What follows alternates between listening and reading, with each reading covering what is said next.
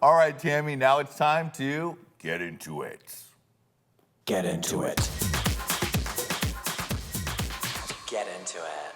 There's a couple things we got to get into. You mentioned it a little bit, but your album, Schubert. Now, what was the making of Schubert like? And first of all, look at that, Tammie. Look at that. This look Gorgeous. is a look that I can really get into for you. What was the inspiration for the album and also the album art?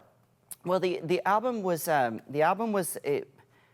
7 years ago. I discovered well, I was introduced to Amanda Lear, and then Amanda Lear is what inspired the album. And my creative friend Rodrigo Barroso, who we've been writing for years, and we're currently writing right now for the holiday album and things we're working on right now, an EP for the holidays and a show actually. Ooh, under wraps. But actually this afternoon I'll be going into the studio to work on a new song for that. But he had this idea that let's do something more over the top. So that's where like my rhymes are the crime and they are light and then so love me, if you dare. Sort of that kind of, and maybe with an accent. And it was, the hint of that was starting with Porta Potty Prostitute and stuff like that. You know, he's getting it on like Qween on stairs. You know. I love that Amanda Lear feeling. Now that I put that together, it is very that. Now, for the children at home who don't know who Amanda Lear is, can you educate them? Amanda Lear is an artist from the 70s, and she was actually the muse of, oh my gosh, what was his name with the curly mustache and Dolly? Dolly. She was Dolly's muse and a model, and then she crossed over with these albums, and they charted in the disco scene and Euro disco, and she was huge with that. And they're fun songs like Queen of Chinatown and Lover, Lover, Love Me, and some Enigma and so many more. And they were just very inspiring to me and fun. And also there was Lucia Mendez from Mexico. She's one of the queens of soap operas. She also was inspiring for that album as well. Also Dulce. And a lot of 80s influence, but that album, and then Pierce reached out to me, Pierce Raleigh, and said, oh, I would like to make some music with you, so I sampled what he had to offer, and we started to write in some lyrics and stuff like that. When you're recording, is it a long process, or do you do one take? Like, what's your creative process in the studio?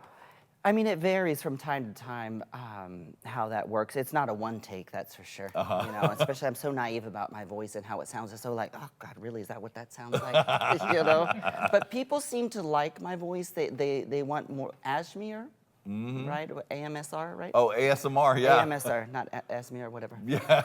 I've never heard it referred to as Asmir, but I like it, Tammie. People really like that. They're like, can you please keep talking? We play your videos over and over and over. So I'm like, okay, well, that's nice. As long as you don't fall asleep while you're driving. Right. You know what I mean? Because that did happen. Really? I had a friend driving me around here in LA, and he was just falling asleep when we were in traffic. What's going on there? Oh, you put me to sleep? Well, okay, then I need to shut up. You know? That voice is too soothing. Yeah, Lord have mercy. Now, have you ever done any real ASMR videos where you speak very softly and crinkle things and touch stuff? I don't know about that crinkling business, but... Tammie, your show that you started on Instagram, right? Correct. Now has been picked up by Out TV. Congratulations. So tell me about the start of the Browns. How did that idea come to you? What was the making of it like, and how did it get where it is now? Well, that was the John Mark, who plays my son in the Browns, and him and I are both producers of the show. He's the director and plays my son, and it's, you know, my name. He had been reaching out to me, and if I wanted to work with him, and he said, well, let's create a little series on Instagram. And I said, okay, and then he sent me a script over. It took a little while, you know, I kind of wanted to feel him out first, and sure, he was legit.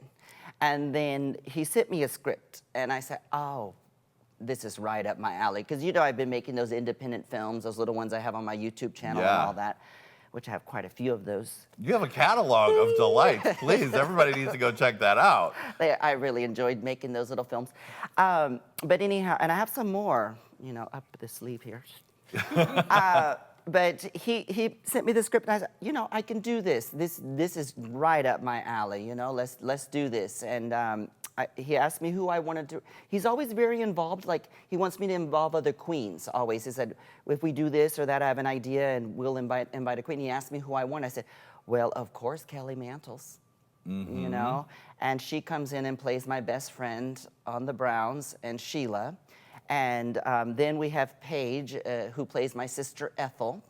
And then we have my father, Roy, and he's just a hoot. And we've accumulated some other people along the way, like when we filmed in Vallarta, we met this wonderful gentleman, Don, who was seen, actually, his claim to fame is RuPaul's Drag Race Season 2, when they brought in the makeover for the senior citizens. So anyhow, but he comes on and works with me. And it's a lot of fun. Oh, and then John Mark's brother, you know, does the cinematography and everything. So That helps that it's all in the family. it's all in the family. And they're such dolls, John and him.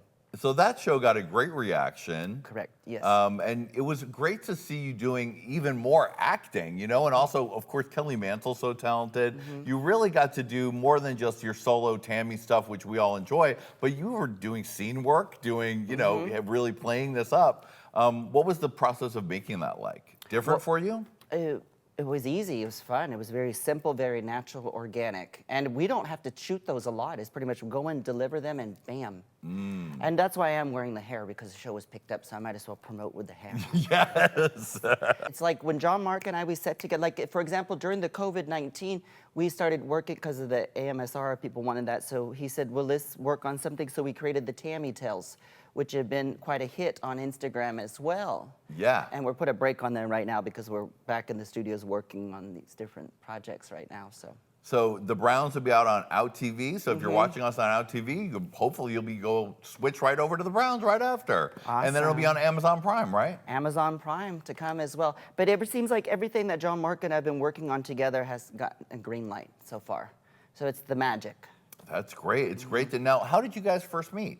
He Was when he just reached out to you, sort of cold call? He cold called me, Uh-huh. correct. And at first you were like, who the hell is this? And what is that? Let me see a script. No, it started through Instagram, and I was like, okay, sure. And then I got his phone number, and then we started talking, and I was, you know, he hates that I say this, but I did test him. I test people usually. You have to be very careful now, and I don't know what Instagram is doing with this two mailboxes, Prime in general. Oh, yeah. It's very confusing. Everybody's just going to go to my Prime, and if I, you know, message them back, I do. If I don't, that's fine. I do my best to read everybody's stuff, but I don't have time for the hi, and, you know, they want to show me their ding-a-ling. Sure, show it to me, but I don't, you know. But they're not going to get one back. You know what I mean? It's just, so, but the general, and in the general, you know, they're not aligned properly. It doesn't go up to number one. If somebody messages you, it can be way down, like at 100. Yeah, it is very confusing. And then it's worse when, like, 6 months later, you're like, oh my God, that person wrote me. It went to the wrong mailbox. Thank you. Ay, Now ay, everybody's going to Prime. Exactly. That's the way it's got to be. Tammie Tales with Tammie Brown. Now you share your thoughts, ideas, stories on topics ranging from pencils, wigs, celebrity encounters, and more. What are your thoughts on pencils, Tammie? Well, today I bought myself a brand new pencil. I picked up a yellow legal pad. It's gonna take at least that many pages to write you of the lonely times I've had. Oh, something like that. Lovely. Pencils, I just, you know, like if someone can be a dull pencil, somebody can be a sharp pencil, somebody, you know, can be a pencil that they bit off the eraser. Maybe the pencil doesn't even have a sharpener. How about that? Right. We know a lot of dull pencils in this universe, Tammie. You better People need a believe lot it. more sharpening. And then what is there, a number 2 pencil or a number 1 pencil? I like those German pencils. Oh. And funnily enough, Erica Tor also loves German pencils. I do have a penchant for a German pencil. Yeah. Now, when you make those, you just turn the camera on and go? Pretty much I turn the camera on and go. And I will tell you, it is draining doing those things a lot of times. Oh, but those videos, no, I take my phone and I'll record. I'll go sit in a private place. At the time it was in Texas, was in the PT Cruiser, shut the door and go sit in there in the heat and record the messages.